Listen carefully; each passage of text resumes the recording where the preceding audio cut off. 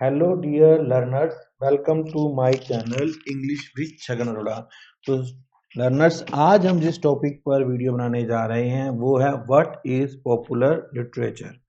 What is popular literature, इसकी demand आप में से कुछ स्टूडेंट्स ने की थी, उनका एग्जाम है, इस पर एक वीडियो बनाइए। तो आज मैं आप लोगों को ये व्हाट इज पॉपुलर लिटरेचर ये हिंदी में एक्सप्लेन करता हूँ। ठीक है, चलिए स्टार्ट करते हैं। तो व्हाट इज पॉपुलर लिटरेचर, ये जो टर्म पॉपुलर है that is derived from Greek word populace. ये किससे लिया गया है? एक ग्रीक शब्द है जिसका नाम है पॉपुलस। पॉपुलस शब्द से ये एक टर्म है पॉपुलर ली गई है। अब पॉपुलर का क्या मीनिंग होता है? पॉपुलस का मीनिंग होता है people. Literature reflects the culture of its time. देखिए, कोई भी लिटरेचर है वो उस टाइम के कल्चर को शो करता है। अब मान लीजिए कि आज जो लिटरेचर लिखा जा रहा है तो वो आज जो कल्चर चल रहा है उसको शो करेगा। लॉकडाउन में अगर कोई लिटरेचर लिखा गया तो वो लॉकडाउन के कल्चर को शो करता होगा। Popular literature include both fiction and non fiction. Popular literature के अंदर दोनों होते हैं, फिक्शन और नॉन फिक्शन दोनों होते हैं। तो इस चैप्टर में हम जो डिस्कस करेंगे वो है कि what is popular literature and what is popular and what is popular literature. जो ये कॉन्सेप्ट है हम इसके जो कुछ पॉइंट्स है उसको डिस्कस करेंगे। हम डिस्कस करेंगे relationship between literary merit and market place, popular literature and media. Okay, start करते हैं। तो पहला टॉपिक मैंने जो चूज किया that is culture, civilisation and ideology. तो पहला टॉप वर्ड है कल्चर, सिविलाइजेशन एंड आइडियोलॉजी, यानी कि कल्चर यानी कि संस्कृति, सिविलाइजेशन सभ्यता और आइडियोलॉजी विचारधारा। The evolution of concept culture can be traced back to Latin cultura. देखिए, लैटिन शब्द जो था कल्चरा, उससे ये जो हमारा शब्द कल्चर है ये स्टार्ट होता है। और अब देखिए, ये जो लैटिन शब्द कल्चरा था ये कहाँ से आया? अब ये भी आपको पता हो, ये इसका रूट है कॉलर। कॉलर रूट से ये शब्द निकला, जैसे कॉलर से कॉलर रूट का ये वर्ड बना कल्चरा, और कल्चरा से ये हमारा बना ना कल्चर। ठीक है, अब इस कॉलर का मतलब क्या होता है? इसका मतलब होता है inhabit, cultivate, protect, honour with worship. अब ये जो शब्द है इसका मतलब होता है कि कोलेरे शब्द का मतलब होता है इनहेबिटेड करना, मतलब कहीं पे रहना, कल्टीवेट करना, किसी को विकसित करना, प्रोटेक्ट करना, और या सम्मान के साथ किसी की पूजा करना। इनिशियली जो कल्चर था वो रेफर करता था टेंडिंग, ग्रोथ और cultivation of something, usually crops और एनिमल। स्टार्टिंग में जो कल्चर शब्द का मतलब होता था वो किसी चीज की टेंडिंग मतलब देखभाल करना, उसकी ग्रोथ करना, उसका कल्टीवेशन करना। कल्टीवेशन मतलब खेती, खेती करना किसकी? क्रॉप की या एनिमल्स की। अब 16th सेंचुरी में जो कल्चर रेफर टू ग्रोथ और कल्टीवेशन ऑफ ह्यूमन एट्रीब्यूट्स। देखिए, पहले ये मीनिंग चलता रहा, बाद में जब 16th सेंचुरी आई तो उसमें हमने कल्चर का मतलब क्या निकाल लिया कि मानवीय जो हमारे ह्यूमंस के जो एट्रीब्यूट्स हैं, हमारी ह्यूमंस की जो स्पेशलिटी है, उनका ग्रोथ या उनका कल्टीवेशन करना। ये 16th सेंचुरी का मीनिंग था। फिर अगर बात करते हैं 18th सेंचुरी में it became synonym with the concept of civilisation. 18th century में कल्चर को सिविलाइजेशन ही मान लिया गया। सिविलाइजेशन मतलब सभ्यता ही मान लिया गया। During the Enlightenment period, the official elite culture of European societies was sanctified. अब जब एलाइटमेंट पीरियड चल रहा था तो जितना भी यूरोपियन सोसाइटीज थी वहां पर उनको एक ऑफिशियल इलीट कल्चर मान लिया गया, और उसे क्या किया गया? उसको कहकर सैंक्टिफाइड, उसे पवित्र कर दिया गया। उसे बोला गया कि साहब ये जो यूरोपियन कल्चर है that is sanctified with the rise of industrialisation. जैसे ही 18th सेंचुरी में इंडस्ट्रियलाइजेशन, औद्योगिकरण स्टार्ट हुआ तो जो टर्म सिविलाइजेशन थी उसको, सिविलाइजेशन टर्म का क्या मीनिंग निकाल दिया गया? Development of economical, social and political institution. And अब देखिए, यहां पर तो हम एक बात करते हैं सिविलाइजेशन। 18th सेंचुरी में सिविलाइजेशन को क्या माना गया कि सिविलाइजेशन का मतलब ये माना गया कि जो भी इकोनॉमिकल, आर्थिक, सोशल, सामाजिक और पॉलिटिकल जितने भी इंस्टीट्यूट हैं उनके विकास को हमने सिविलाइजेशन कर दिया। एंड द वर्ड कल्चर, ये कल्चर वर्ड क्या रेफर करने लगा, specific set of code of conduct और attributes which were held to be best exemplified in work of art. Culture शब्द का ये हमने ये मीनिंग मान लिया, ये कंडक्ट और एटीट्यूड, कंडक्ट का मतलब हुआ जो भी हमारा रहने का तरीका, कोड ऑफ कंडक्ट है, जो हमारा रहने खाने का आचार, हिंदी में शब्द कहते हैं ना आचार व्यवहार, और एटीट्यूड मतलब हमारा दृष्टिकोण।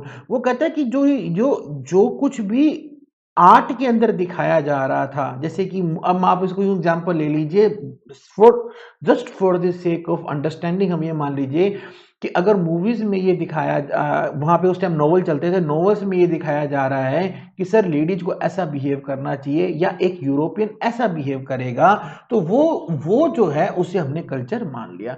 Of the select few who are proclaimed guardians of good taste, अब इसको कौन मानेगा, जो जो राइटर्स हैं उन्हें हमने गार्जियंस ऑफ गुड टेस्ट, हमने उनको ये मान लिया कि कुछ अच्छे राइटर्स हैं जो जिन्होंने जो लिखा वो अच्छा लिखा है, और वो जो लिखा गया वो एक कल्चर के रूप में मान लिया।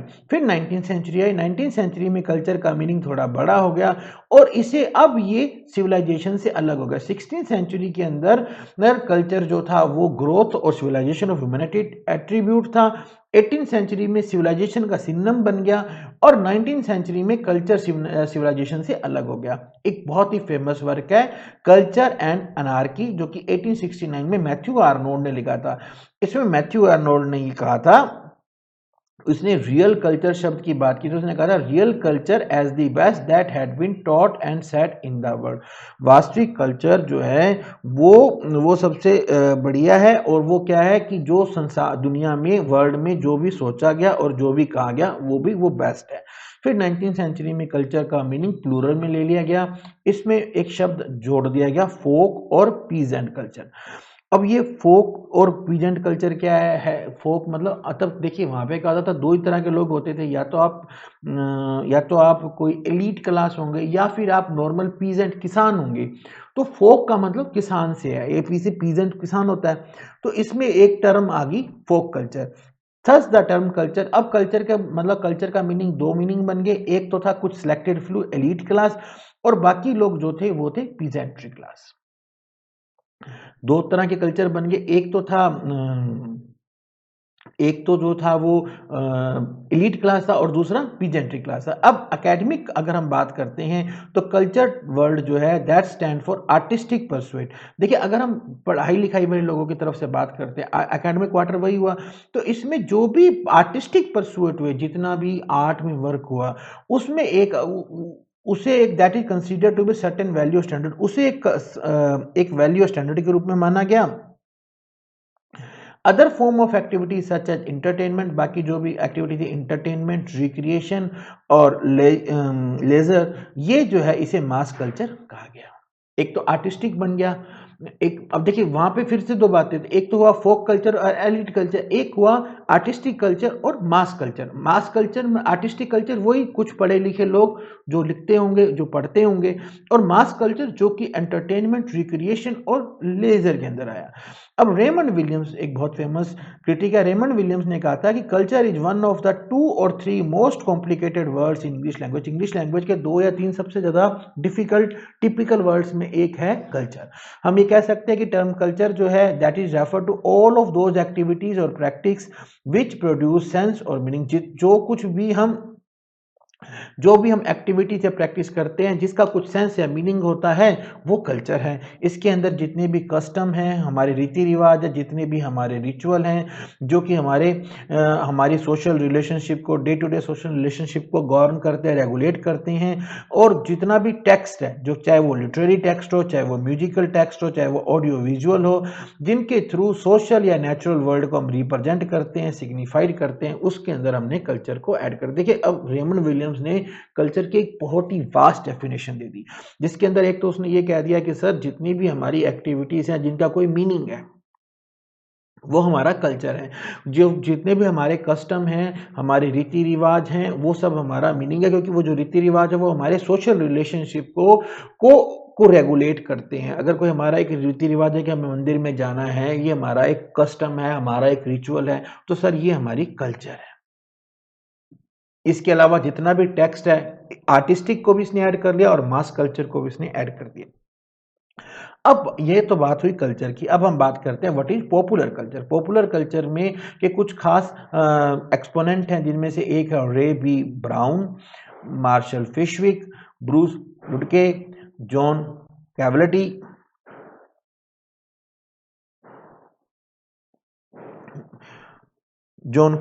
और Russel B Nye, CWE Bixby और लेस्ली फिडलर। ये जो कुछ लोगों ने पॉपुलर कल्चर के कुछ फैक्ट्स को हमें बताया। फैक्ट्स फेसेट मतलब कुछ पहलुओं को हमें बताया। अगर हम पॉपुलर कल्चर की बात करते हैं तो पॉपुलर कल्चर में ब्राउन ने एक आई बॉल का सिंबल हमारे को दिया। आई बॉल जो हमारी आंखों के अंदर आई बॉल होती है, इस आई बॉल की एक साइड में फोक कल्चर है और दूसरी साइड में एलीट कल्चर है। तो जो अब देखिए, ये मान लीजिए एक हमारी आई बॉल है, इसकी एक साइड में है सर फोक कल्चर और एक साइड में है एलीट कल्चर। ठीक है। अब जो जो एक तरफ में एलीट कल्चर है, अब जो बीच में बच गया वो है पॉपुलर कल्चर। इधर फोक एलीट और ये जो बीच वाला हिस्सा बच गया, क्योंकि एक तरफ तो ये होता है ना, एक जो बीच वाला हिस्सा बच गया वो है हमारा एलीट पॉपुलर कल्चर। और ये जो पॉपुलर कल्चर है ये एवर एक्सपेंडिंग है, बढ़ता ही जा रहा है, ग्रो करता ही जा रहा है। और ये जो है जब भी हम इसे देखते हैं, जितना ज़्यादा देखते हैं वो इतना वाइड है, उतना ही इंटेंस है, उतना ही डीपली है। और ये जो आईबाल है ये हॉरिजॉन्टल है, यानी कि ये यूं नहीं है, ये यूं है, वर्टिकल है, वर्टिकल नहीं है। इसलिए ब्राउनिंग ने ये कहा था, it is inappropriate to think of one culture as high and other as low. इसलिए उसने कहा था कि अगर हम एक कल्चर को हाई समझें और दूसरी कल्चर को लो समझें तो साहब साहब ये गलत है। ठीक है। अब ये तो बात हुई ब्राउनिंग, और आपको इसमें आई बॉल का एग्जांपल याद रखना है। आई होप आपको समझ में आ गया होगा। 19th सेंचुरी में मैथ्यू आर्नोल्ड ने जो अपना मास और अनार्की में जो उन्होंने अपना थॉट दिया था, उसमें उन्होंने कहा था कि popular culture was a threat to cultural and social authority. ये जो पॉपुलर कल्चर है ना, ये कल्चरल सोशल अथॉरिटीज के लिए एक बहुत बड़ा खतरा है। लेकिन फ्रैंकफर्ट स्कूल जो था, जो जर्मन इंटेलेक्ट थे, उन्होंने ये कहा था कि सर कि ये जो डिस्प्लेसमेंट और manic caused by explosion of mass culture from newspaper and cinema to popular fiction and jazz. उन्होंने कहा था कि सर ये एक अच्छी चीज़ है, उनका इसमें बहुत इंटरेस्ट था। क्योंकि ये जो भी न्यूज़पेपर हैं, क्योंकि न्यूज़पेपर जो है वो नॉर्मल मास आपको पता है न्यूज़पेपर को मास मीडिया भी कहते हैं, आम जनता तक जाते हैं। सिनेमा भी एक मास मीडिया है। तो ये जो चीज़ें हैं ना, इससे एक पॉपुलर फिक्शन और जैज जो है, ये एक तरह का रैप होता है, पॉप म्यूजिक होता है, इसके तो इसमें उनको बहुत ज़्यादा इंटरेस्ट है। उन्होंने कहा था कि इससे अपोजिट इफेक्ट पैदा होता है और सोशल अथॉरिटी मेंटेन रहती है। सोशल अथॉरिटी ये एक ऐसा टर्म होता है, देखिए हर वक्त हमारे यहाँ पर कुछ लोग ऐसे होते हैं जिनका समाज पर कमांड होता है। पुराने जमाने में राजा महाराजा होते थे, आजकल IAS RAS होते हैं। हर वक्त ऐसे कुछ लोग होते हैं। अगर राजा महाराजा हट गए तो अंग्रेज आ गए, अंग्रेज हट गए तो IAS RAS आ गए, सब नेता आ गए। तो सब ये जो लोग होते हैं, ये सोशल अथॉरिटी को मेंटेन करने में बहुत बड़ी भूमिका निभाता है मास कल्चर। इन 1944 जर्मन एक इंटेलेक्ट हुए जिनका नाम है मैक्स हॉर्खीमर और थियोडोर एडोर्नो। मैक्स हॉर्खहाइमर और थियोडोर एडोर्नो ने जो टर्म है कल्चर इंडस्ट्री, इसको बताया है कि कल्चर, इन्होंने जो ये मास कल्चर को बताने के लिए एक टर्म ही दे दी जिसका नाम दे दिया गया कल्चर इंडस्ट्री। टर्नर ने अपनी एक स्टडी की थी जिसका नाम था स्ट्रक्चर एंड एंटी स्ट्रक्चर। उन्होंने उसमें ये कहा था कि popular culture is world turn upside down in A stratified society. तो उन्होंने ये कहा था कि जो ये पॉपुलर कल्चर है, इसने जो समाज है ना, इसको उल्ट पुल्ट करके रख दिया। एक छोटा सा एग्जांपल ले लीजिए। पहले अगर कोई आपने देखा होगा कि आजकल बहुत सारे हर गली हर मोहल्ले से एक सिंगर निकल के आ रहा है, एक कुक निकल के आ रहा है। वो क्यों निकल के आ रहा है? क्योंकि वो यूट्यूब पे परफॉर्म कर रहे हैं। आज मैं यहाँ राजस्थान गंगानगर से हूँ और मैं आप लोगों से कैसे कनेक्ट हो रहा हूँ? मैं आप लोगों से यूट्यूब के थ्रू कनेक्ट हो रहा हूँ। तो ये जो अब ये यूट्यूब क्या है, that is a mass culture, that is a popular culture. अब ये यूट्यूब है, इसने वर्ल्ड को अपसाइड डाउन कर दिया। जो स्ट्रेटिफाइड सोसाइटी चल रही थी, जो पहले सोसाइटी अपना एकदम सिस्टम में चल रही थी, एक एलिट था और एक फोक था, उसको इसने उल्ट पुल्ट करके रख दिया। अब मजबूरी है कि बड़े बड़े जितने भी राइटर्स हैं, सिंगर्स हैं, वो भी आखिर यूट्यूब पे आ रहे हैं। क्यों? मास कल्चर, पॉपुलर कल्चर। पियरे बॉर्डे ने कहा है कि celebration of remarkable of unremarkable, बहुत ही फेमस लाइन है, रिमार्केबल ऑफ अनरिमार्केबल। रिमार्केबल मतलब होता है जिसको हम रिमार्क करें, जिसका कुछ हम किसको हम बारे में कुछ कहें, जो जो कुछ कोई इंपॉर्टेंट नहीं है, अनइम्पोर्टेंट की इंपॉर्टेंस बताने वाला चीज है ये। हर दिन जितना, और ये जो चीज है ना, ये रिमार्केबल ऑफ अनरिमार्केबल, ये पॉपुलर कल्चर का कोर है। इस तरह पॉपुलर कल्चर वो टीवी है जो हम देखते हैं, वो सिनेमा है जिसे हम पैट्रोनेज करते हैं। पैट्रोनेज करने का मतलब होता है संरक्षण देना। अगर आप मूवीज नहीं देखेंगे तो आर्टिस्ट कैसे काम करेंगे boss? The type of food, वो फूड जो हम खाते हैं, चाहे वो फास्ट फूड है, चाहे वो जंक फूड है, चाहे वो कन्वेंशनल फूड है वो टाइप ऑफ अटायर, वो कपड़े जो हम पहनते हैं, वो म्यूजिक जो हम सुनते हैं, जिसका हम देखते हैं, वो थिंग्स जो हम जिसके ऊपर हम पैसा खर्च करते हैं, ये एक सोसाइटी है जिसमें हम रहते हैं। It is virtually our life. जो ये मास कल्चर है, ये हमारी लाइफ है और ये हमारी दुनिया है, दैट सराउंड अस। हमारे आसपास जो कुछ भी है वो मास कल्चर है। Popular culture, mass culture, commodity और मार्केट प्लेस, ये सब जो कुछ भी है, ये सब हमारे चारों तरफ है।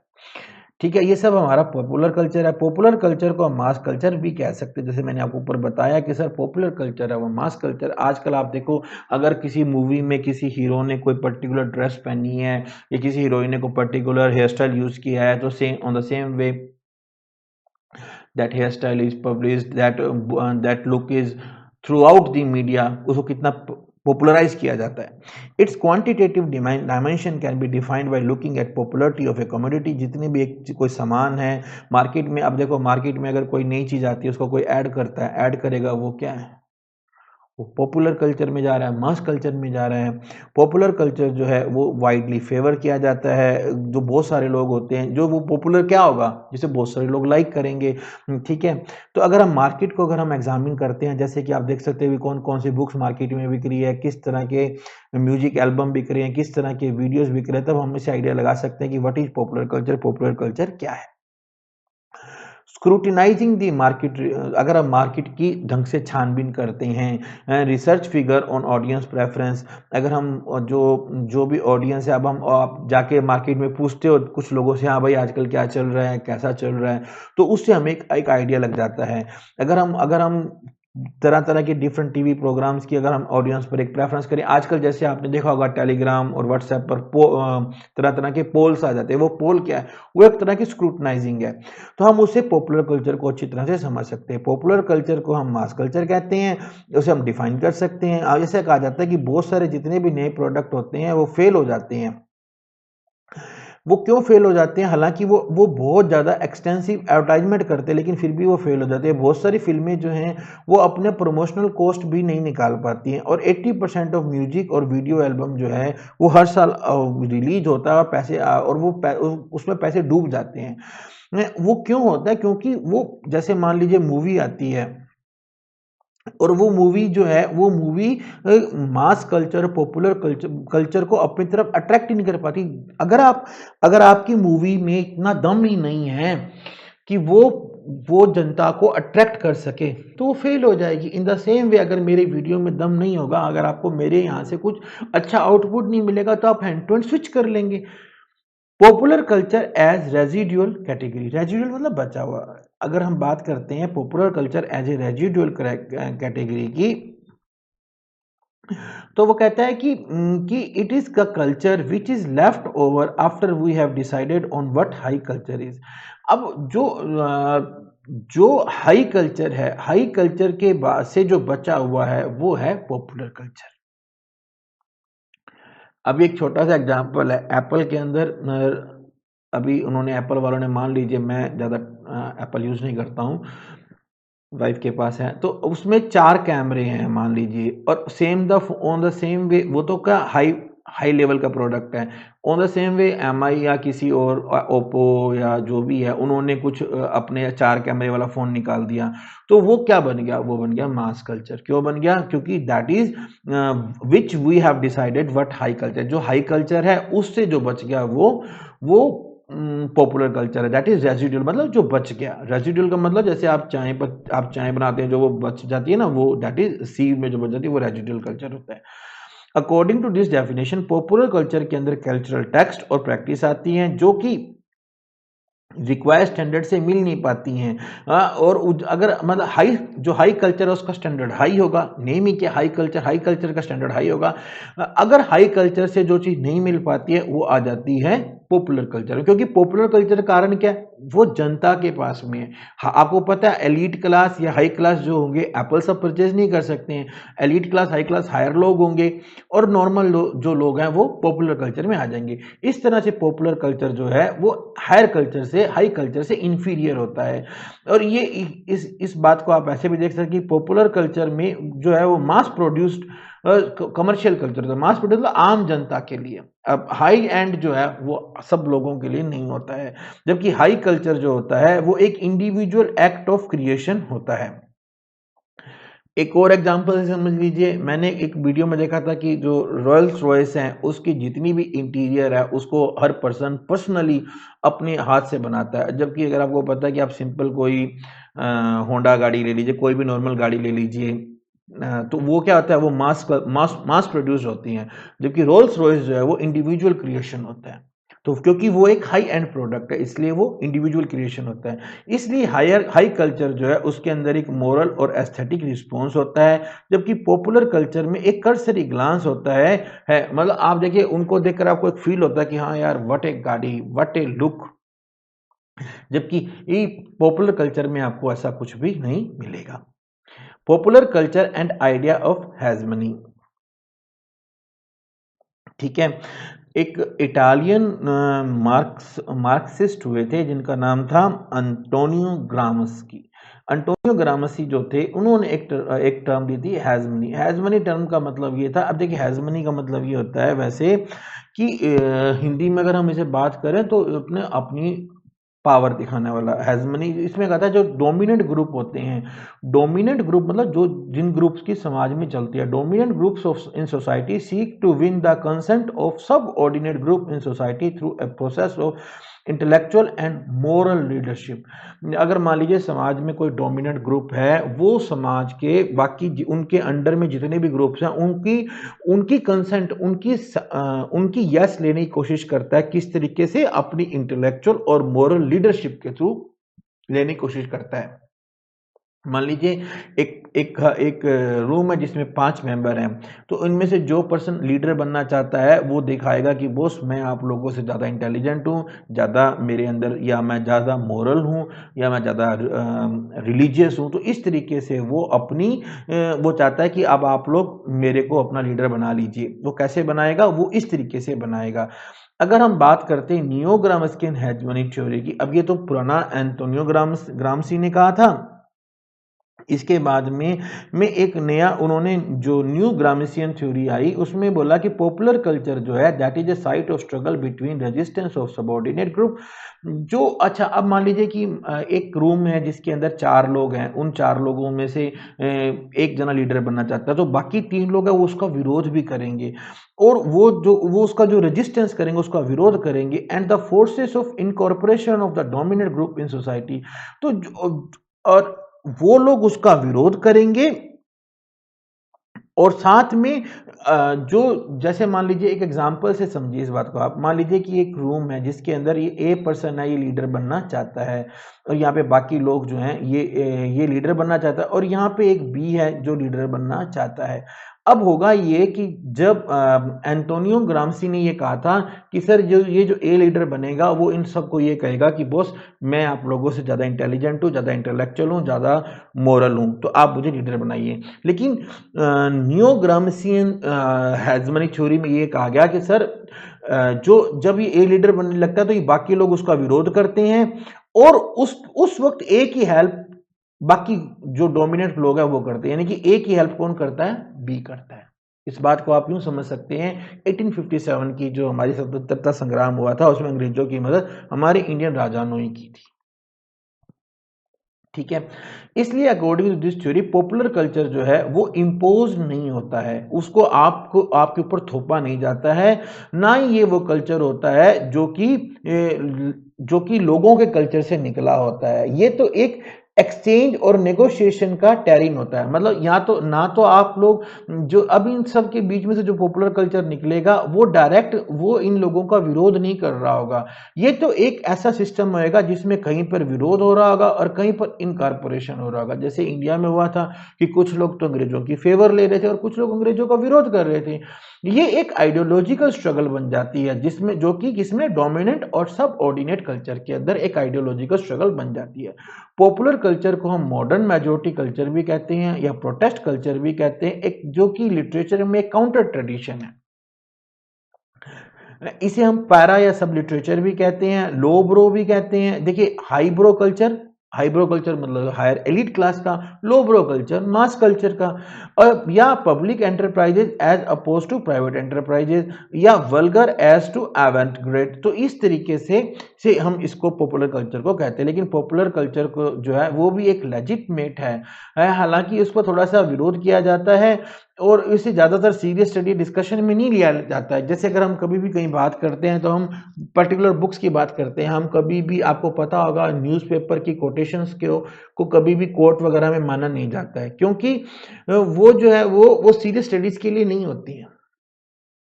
अब हम बात करते हैं popular culture and America. Critics ये क्लेम करते हैं कि मास कल्चर जो है ये अमेरिका से आया था। जब अमेरिका के अंदर अमेरिकन सिटीज़ में इन्वेंशन स्टार्ट हुआ था मास कल्चर बना। अब ये जो क्लेम है, ये आप देखिए पॉपुलर कल्चर कहाँ से स्टार्ट होता है, वहाँ से आता है कि अमेरिकन कल्चर से। अमेरिकन कल्चर कहाँ से आया, जब ब्रिटिश कल्चर डिक्लाइन करने लगा तब अमेरिकन कल्चर आया और पॉपुलर कल्चर 1920s में आने लगा। 1940s के अंदर जो बाउलिंग ग्रीन यूनिवर्सिटी थी उन्होंने पहली बार ये बोला कि सर ये जो कल्चर है ये बाकी कल्चर के ऊपर एडवर्स इम्पैक्ट डाल रहा है। सबसे पहले ब्राउनिंग ग्रीन यूनिवर्सिटी ने बोला था, बाउलिंग ग्रीन यूनिवर्सिटी ने, फिडलर ने ये कहा कि अमेरिकन कल्चर जो है वो पॉपुलर है और इसके अंदर क्या है, a thin overlay of important European elitism. अब इसमें उसने ये बोला कि सर ये जो पॉपुलर जो ये अपना जितना भी ये अमेरिकन कल्चर है इसके ऊपर ऊपर से दिखाने के लिए कुछ यूरोपियन एलिटिज्म की एक परत है। उसने ये भी बोला जो नॉन अमेरिकन कल्चर हैं वो बात करते हैं, वो कहते हैं सर ये क्रीपिंग अमेरिकनाइजेशन है और इसे वल्गराइजेशन कहते हैं। जो नॉन अमेरिकन कल्चर है, देखिए अब जब हम अमेरिका की तरफ जाते हैं ना तो वहाँ पर अमेरिकन जो, अगर आपने 1940s या 30s के या 50s के ब्रिटिश ड्रामा पढ़े हो, नॉवेल्स पढ़े हो, तो वहाँ पर जो होता है वो अमेरिकन्स को इतना ज़्यादा वो उनको अमेरिकन्स को वल्गर मानते थे और अमेरिकन्स अपने आप को एलीट यूरोपियंस मानते थे। मानने की बात है ना। तो वो कहता है कि सर जो नॉन अमेरिकन कल्चर्स हैं वो ये कहते हैं कि सर ये एक क्रीपिंग अमेरिकलाइजेशन है या वल्गराइजेशन है। अगर हम बात करते हैं कि पॉपुलर लिटरेचर की, तो जितनी भी स्टोरीज़ हैं, सॉन्ग्स हैं, फिक्शन है, रोमांस है, प्ले हैं, ये तो आपको पता बहुत लंबे समय से हमारे तक आ रही हैं। लेकिन पॉपुलर कल्चर जो है वो 20th सेंचुरी में, देखिए स्टोरी सॉन्ग वगैरह तो न जाने कब से आ रहे हैं, लेकिन इसे पॉपुलर कल्चर 20th सेंचुरी में माना गया। लोगों ने सोचना स्टार्ट किया हाँ वो ये भी कोई चीज़ है। तो जो पोस्ट मॉडर्निज्म 20th सेंचुरी में स्टार्ट हुआ तो इससे एलिटिज्म एंड हुआ और इसके बाद जो है वो कॉमर्स ओवर कल्चर। देखिए पहले क्या होता था कि कल्चर एक चीज होती थी, आजकल 20th सेंचुरी के बाद में पैसा जो है वो कल्चर के ऊपर आ गया। ठीक है, जो जो एक कल्चर, और पहले क्या होता था कि हमेशा कल्चर ऊपर माना जाता था, कॉमर्स नीचे माना जाता था। लेकिन अब क्या हुआ, कॉमर्स यानी कि जो पैसा है वो ऊपर आ गया और कल्चर नीचे हो गया। इससे जो ऑथेंटिक और कमर्शियल कल्चर है ना उसका डिफरेंस खत्म हो गया। टेलीविजन कमर्शियल और म्यूजिक का आप एग्जांपल देख लीजिए। आर्टिस्ट जो है अब आर्टिस्ट जो हैं वो अपना उन्होंने उनके अपने रिकॉर्ड्स बनाने स्टार्ट कर दिए, क्योंकि उनके जो सॉन्ग्स हैं वो टेलीविज़न के कमर्शियल्स में आने लग गए। अब चाहे सॉन्ग है या प्रोडक्ट है, दोनों को ही मार्केट किया जाता है, दोनों को ही बेचा जाता है। पोस्ट मॉडर्निज़्म वाले जो हैं, जैसे कि फ्रेडरिक जेम्सन और बार्डेलार्ड, लियोटार्ड, सुसेन शॉर्टिंग और हेल फोस्टर, इन लोगों ने इस चीज़ को एक्सेप्ट भी कर लिया है। पहले ज़माने में कहता था कि कल्चर मतलब म्यूजिक जो होता था वो एक बहुत ही अच्छी एक हम कहते हैं होली पवित्र चीज़ मानी जाती थी। लेकिन अब जो है म्यूजिक जो है वो पहले म्यूजिक होता था दिल से क्रिएट होता था, अब म्यूजिक बनाया जाता है। आप पैसा दीजिए, आप लिप सिंक करवा कर कैसे मर्जी करवा कर म्यूजिक बनवा सकते हैं। अगर हम पॉपुलर लिटरेचर की डेफिनेशन करते हैं तो पॉपुलर लिटरेचर एक कैटेगरी या टाइप या सब जॉनरा या एक इन्वेंशन नहीं है। ये कुछ बुक्स के ऑथर्स की इन्वेंशन नहीं है, या वो ऑथर जिन्हें हम पॉपुलर लिटरेचर में मानते हैं वो वहाँ का नहीं है। जो भी सॉन्ग्स हैं, स्टोरी है, लीजेंड्स हैं, फेबल्स हैं या किचन मेड रोमांस हैं, किचन मेड रोमांस मतलब जिनको सर्वेंट्स वगैरह या स्लेव्स वगैरह पढ़ते थे, वो जो कि पढ़ने लायक नहीं होते थे, उन सबको हम पॉपुलर लिटरेचर कैटेगरी में काउंट कर देते हैं। बहुत सारे एकेडमिक्स जैसे कि लेस्ली फील्डर जो हैं, लेस्ली फील्डर जैसे काफ़ी सारे एकेडमिक्स हैं, इन्होंने इसको ये कहा है कि सर ये जो है ना एकेडमिया जो है वो एक सेंटर होता है, लेकिन पॉपुलर जो है वो डिस्कोर्स होता है। फिडलर ने बोला कि पॉपुलर सॉन्ग या स्टोरी जो है वो एक पॉपुलर लिटरेचर है, जितने भी सॉन्ग्स हैं, स्टोरीज हैं, ये पॉपुलर लिटरेचर हैं। फिडलर ने ये भी कहा कि पॉपुलर लिटरेचर जो है इसे गैटोइज कर दिया गया है। अब ये गैटो शब्द क्या आता है, ये वो यहूदी कल्चर था जो जर्मनी वालों ने यहूदियों को ना रूम्स में बंद कर कर और जहरीली गैस देकर मारा था, उसे गैटोइजेशन कहते थे। वो कहता है कि पॉपुलर लिटरेचर को ऐसे दबाया गया लेकिन फिर भी ये बच गया, जैसे यहूदी बच गए वैसे ये बच गया। अगर हम बात करते हैं पॉपुलर लिटरेचर के जॉनरा की, तो इसमें बहुत सारे जॉनरा जैसे कि रोमांस, फैंटेसी, साइंस फिक्शन, इसमें किचन मेड रोमांस है जो लेडीज ने लिखा था, और यह रोमांटिक स्टोरी जो है, रोमांटिक स्टोरीज में ये बताया गया कि सर दो लोग एक दूसरे को प्यार करते हैं और वो उनको कितने कष्ट झेलने पड़ते हैं, वो मतलब कष्ट झेलने पड़ते हैं, इन सबको इस पॉपुलर लिटरेचर में ऐड करते गया। पॉपुलर लिटरेचर में मैंने आपको बताया कि फैंटेसी, कल्पना जैसे चिल्ड्रन लिटरेचर है, इसका एक एग्जाम्पल है एलिस इन वंडरलैंड जो कि लुइस कैरोल ने लिखा था, इसका बहुत फेमस एग्जाम्पल है इजाक एसिमोव की साइंटिफिक एडवेंचर और मेक बिलीव किंगडम, जैसे हैरी पॉटर है, हैरी पॉटर का जो भी था वो सब किस में है, पॉपुलर लिटरेचर के अंदर है। अमेरिका का जो काउबॉय कल्ट था, जो वेस्टर्न था, वो भी कभी जमाने में बहुत ज्यादा पॉपुलर हुआ था, वो भी पॉपुलर लिटरेचर है। मिस्ट्रीज भी आए, जैसे कि अगस्ट ड्यूपिन, ये बहुत आपको पता है बहुत ही फेमस करेक्टर अगस्ट ड्यूपिन, ये करेक्टर लिखा था एडगर एलन पो ने, ठीक है। ये भी किसके अंदर है, ये भी पॉपुलर लिटरेचर में है। शर्लक होम्स जो आर्थर कैनन डायल ने लिखा था, ये भी पॉपुलर लिटरेचर में आता है। सत्यजीत रे की फेलुदा कहानियां हैं, ये भी पॉपुलर लिटरेचर है। स्पाई फिक्शन, जासूसी कहानियां, किससे स्टार्ट हुई स्पाई फिक्शन, फेनीमोर कूपर से स्टार्ट हुई थी और जेम्स बॉन्ड से बहुत ज़्यादा फेमस हो गई थी। जेम्स बॉन्ड आपको पता है बहुत ही फेमस जासूस है। न्यू पॉपुलर लिटरेचर के अंदर और भी बहुत सारी किताबें जैसे कि कॉमिक बुक्स, ग्राफिक नॉवेल्स जो कि माइथोलॉजी पर बेस हैं, फोक लीजेंड जो हमारे नानी दादी हमें कहानियां सुनाया करती है, फैबल्स, मिथ, कार्टून स्ट्रिप्स और टीनी टेल, वो ये सब भी बहुत छोटी छोटी कहानियां, 4 लाइन 6 लाइन की कहानियां, टेरिबली टीनी टेल्स, ये भी सब किसके अंदर है, पॉपुलर लिटरेचर के अंदर आती हैं। अब देखिए लिटरेरी मेरिट और पॉपुलर लिटरेचर के अंदर इनवर्स रिलेशनशिप होती है। What is inverse relationship, inverse relationship मतलब इन दोनों एक दूसरे के अपोजिट चलते हैं। पॉपुलर लिटरेचर जो है वो मार्केट में सक्सेसफुल होता है, लेकिन उसे हम स्कूल्स या कॉलेजेस में नहीं पढ़ाते होते हैं। क्यों नहीं पढ़ाते होते हैं कि जितने भी एलिट क्रिटिक्स होते हैं वो ये कहते हैं कि सर ये जो कल्चर है ना, ये जो लिटरेचर है वो सीरियस अटेंशन का नहीं है, आप इसे ध्यान से मत पढ़िए और इसे हम स्कूल में ऐड नहीं करेंगे। ये जो ये सो कॉल्ड गार्जियंस हैं, जो ये गुड टेस्ट वाले सो कॉल्ड गार्जियंस हैं, इन्होंने इस कुछ राइटर्स को गैटोइज कर दिया था, इन्होंने खत्म कर दिया।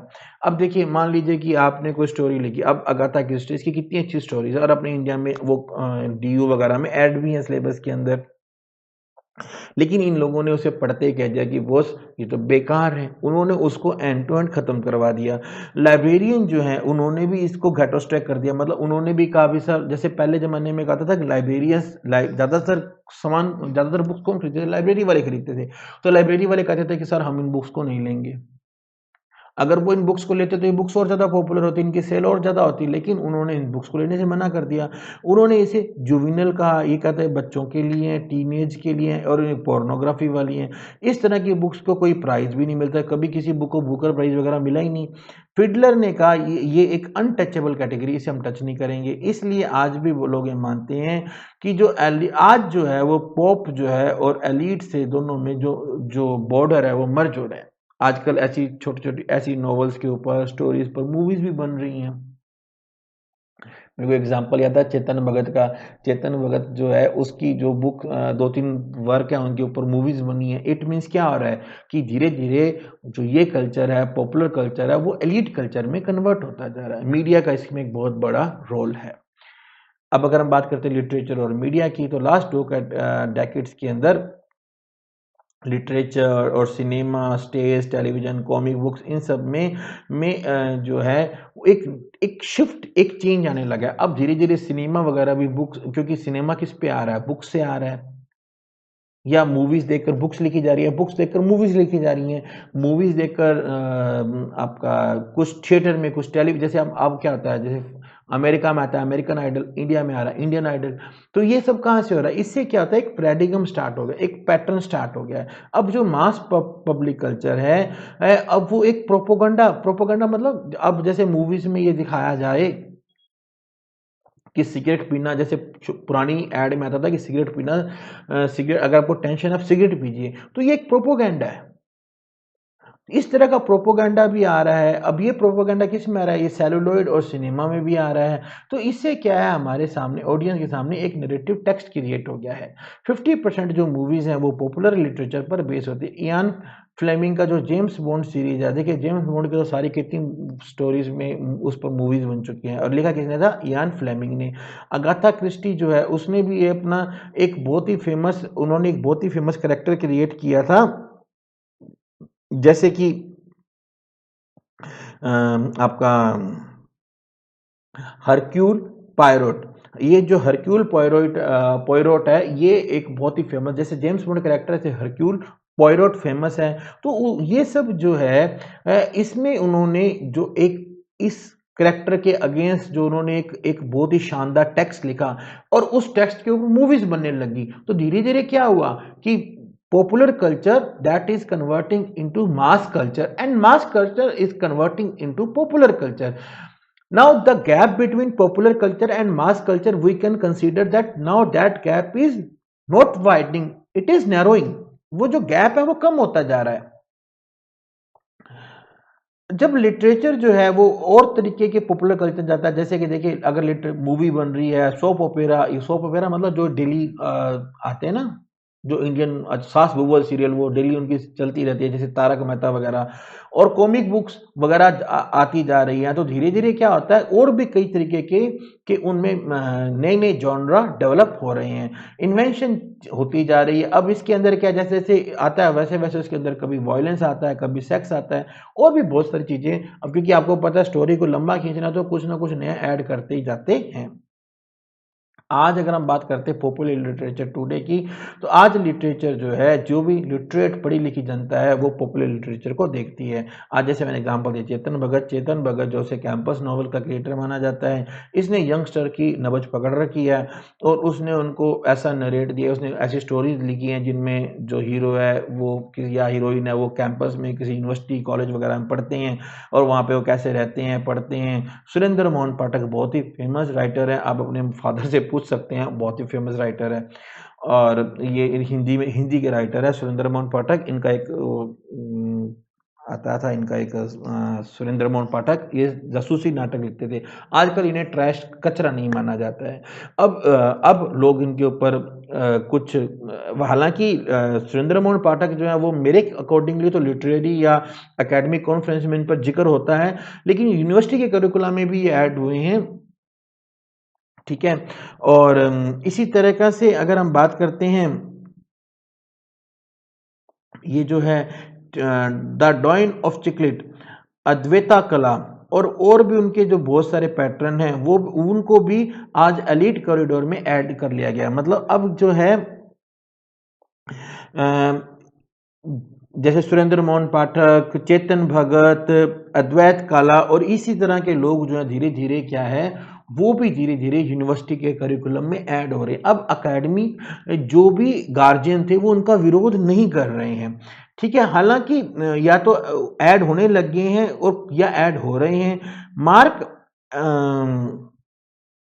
मार्क एजनोट कहते हैं कि जो ये जो पॉपुलर, वो कहते हैं कि सर ये जो पॉपुलर फिक्शन और सोशल चेंज में कहते हैं कि पैरा लिटरेचर है, इसे उन्होंने शब्द दिया पैरा लिटरेचर, वो अब लिटरेरी इंक्लोजर के अंदर आने लग गया है। हालांकि पहले वो एक फॉरबिडन टैबू था, टैबू मतलब जिसके बारे में कभी जिक्र नहीं करते थे, एक डिग्रेडेड प्रोडक्ट था।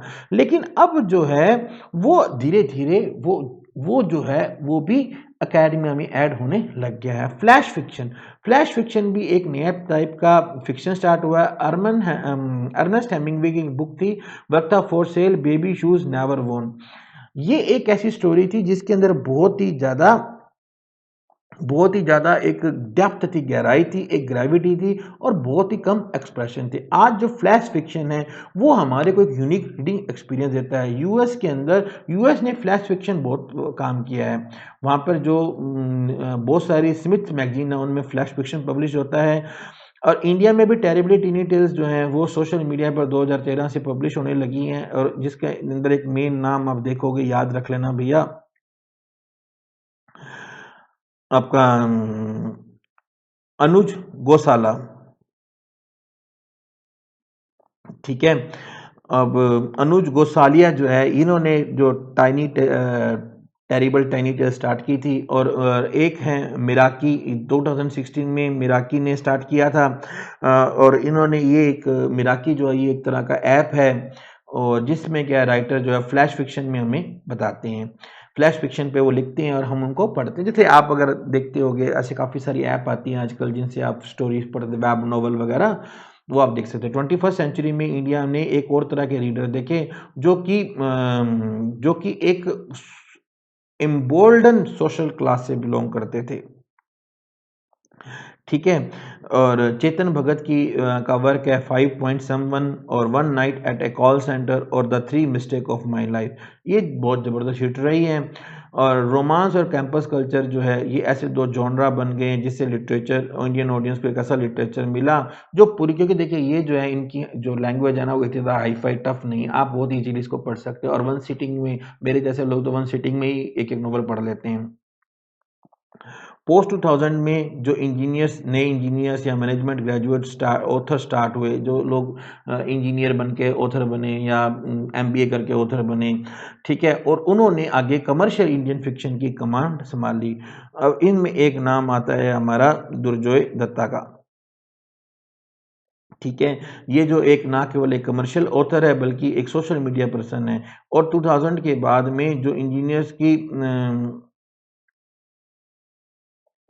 इस तरीके से हमारा ये जो है पॉपुलर लिटरेचर आज की बात होती है। अगर फ्रेंड्स आपको मेरे वीडियो अच्छा लगा, हो सकता है वीडियो थोड़ा लेंथी बन गया है, आप इसे 2 की स्पीड पर देखिए। वीडियो अच्छा लगा लाइक एंड शेयर कीजिएगा, और प्लीज़ कमेंट बॉक्स में आप ये ज़रूर बताइएगा कि आपको किस टॉपिक पर वीडियो बनाना है। Thank you, have a good day.